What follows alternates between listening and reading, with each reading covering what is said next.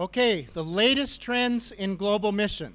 Now, I have a personal experience I want to share with you. You remember little Valerie from earlier today, 4 years old. Here she is mixing in with Malaysian Muslim girls seamlessly.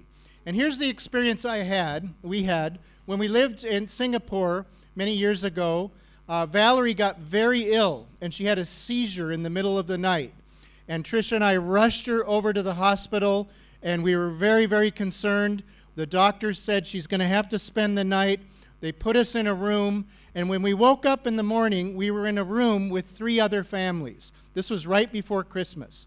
And we looked at these families, and we realized that there was a Malay Muslim family with a little boy who was sick. There was a Chinese Buddhist family with a little girl who was sick. And there was a South Asian Hindu family sitting next to us with a little boy who was sick. And so there were 4 families from 4 different religions. And I'm an expert on religion, or I'm supposed to be, okay? And so, but I'm totally uncomfortable in this this hospital room. I'm totally uncomfortable. I can barely move between these. I'm an introvert. I'm shy. I don't like people in other religions so much, even though I'm an expert on religion. And so here I am, and Valerie is very sick, but she gets well first. And here's this 4-year-old who jumps up and makes fast friends with the Muslim boy, and then runs over to the Buddhist family and becomes good friends with the little girl, and moves over to the Hindu family and becomes good friends with that little boy. And I thought, the thing is, no one's told her yet to be afraid of these other people.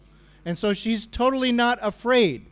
And so I learned from that, that's what we need. That's what we need in the future. We don't actually need a person like me, because I grew up, I don't have an intuitive sense about this, but my little girl did.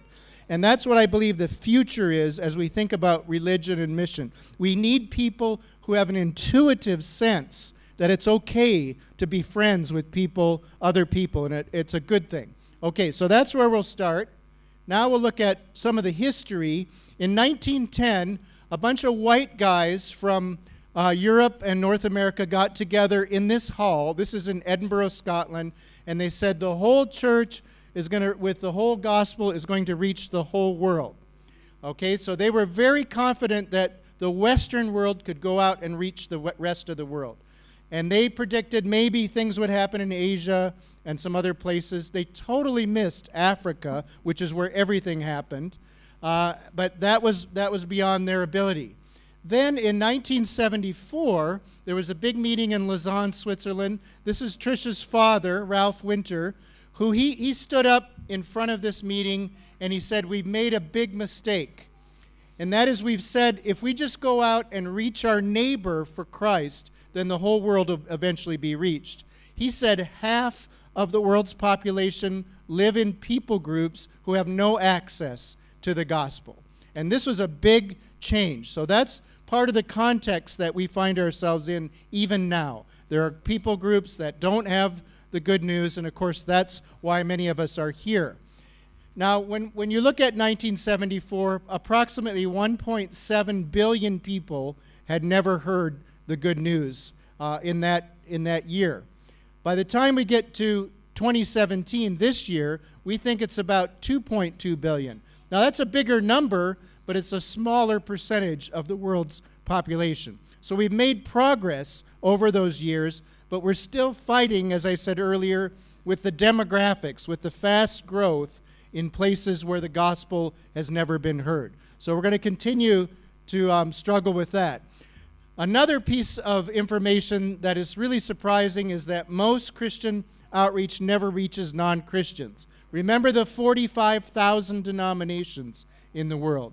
Most Christian missionaries go from one of those denominations into another.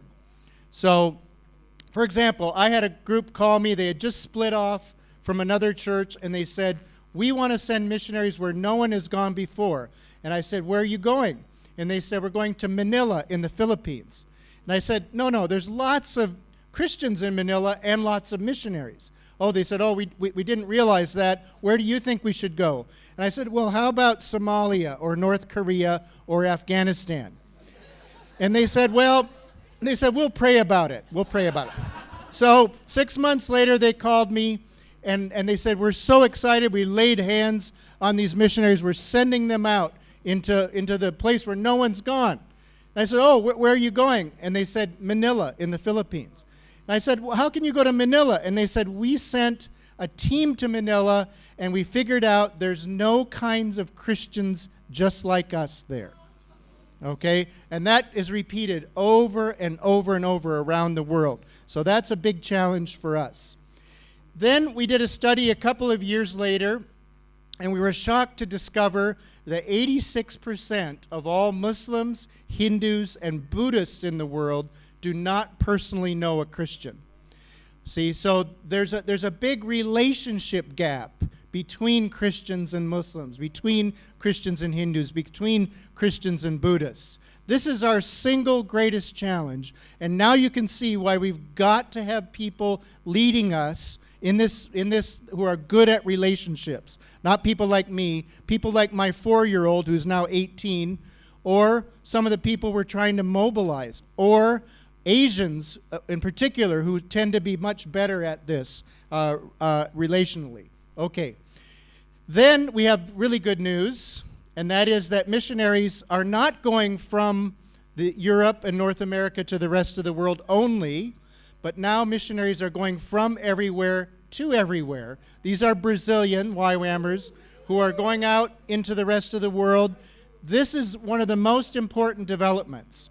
Do you know, when I was here in Thailand 30-some years ago, I was on this little team on the border, and after everybody had left, there was only a few of us. I was the only American. We had a Malaysian, a Singaporean, a Filipino, a South African, a Swiss person. I mean, it was a bizarre group.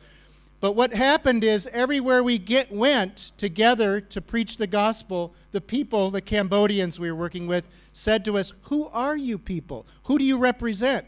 And we looked at each other and thought, yeah, we're the global church. This is 1980.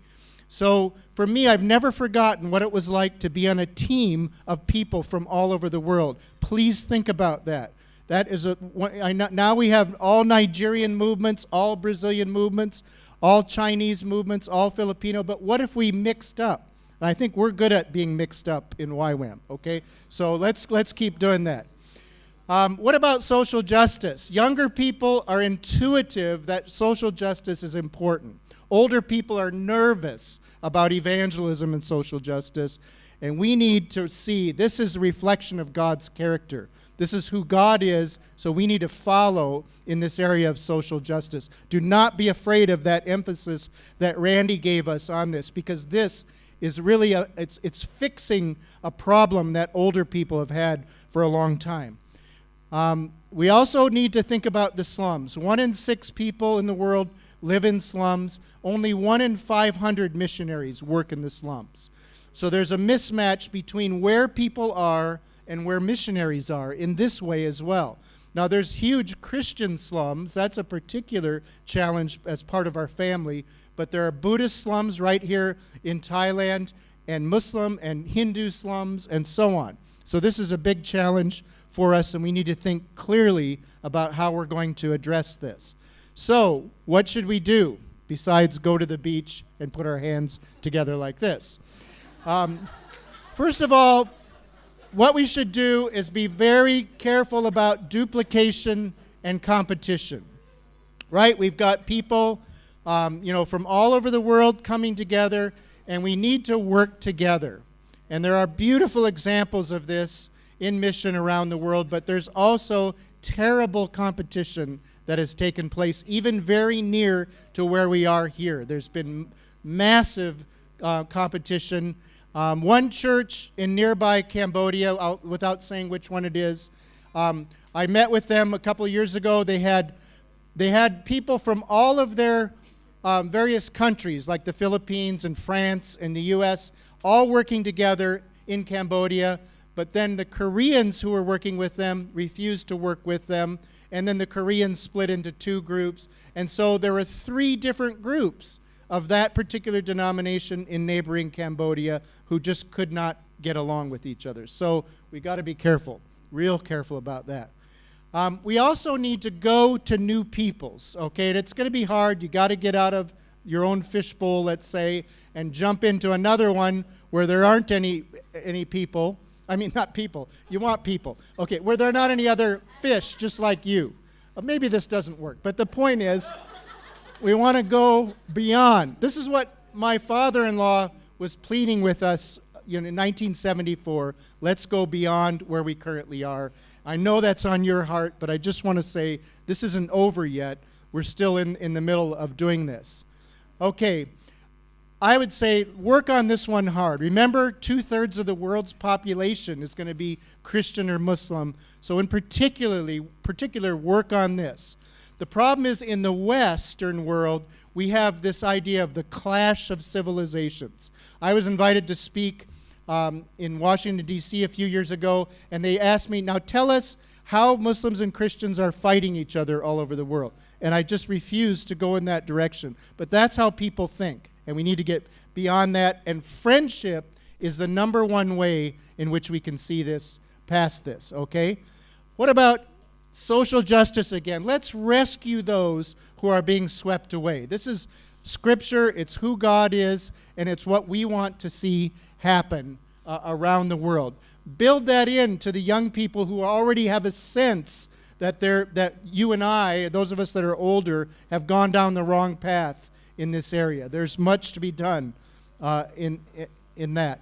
And then let's encourage worship from all the nations. We have beautiful music that we sing in YWAM from the Western world, but there's much more beautiful music where it's never been heard before. So I'm really praying that will be part of what happens, especially again among younger people who sense that this is what should be happening. Okay, thank you. That's the end again. All right.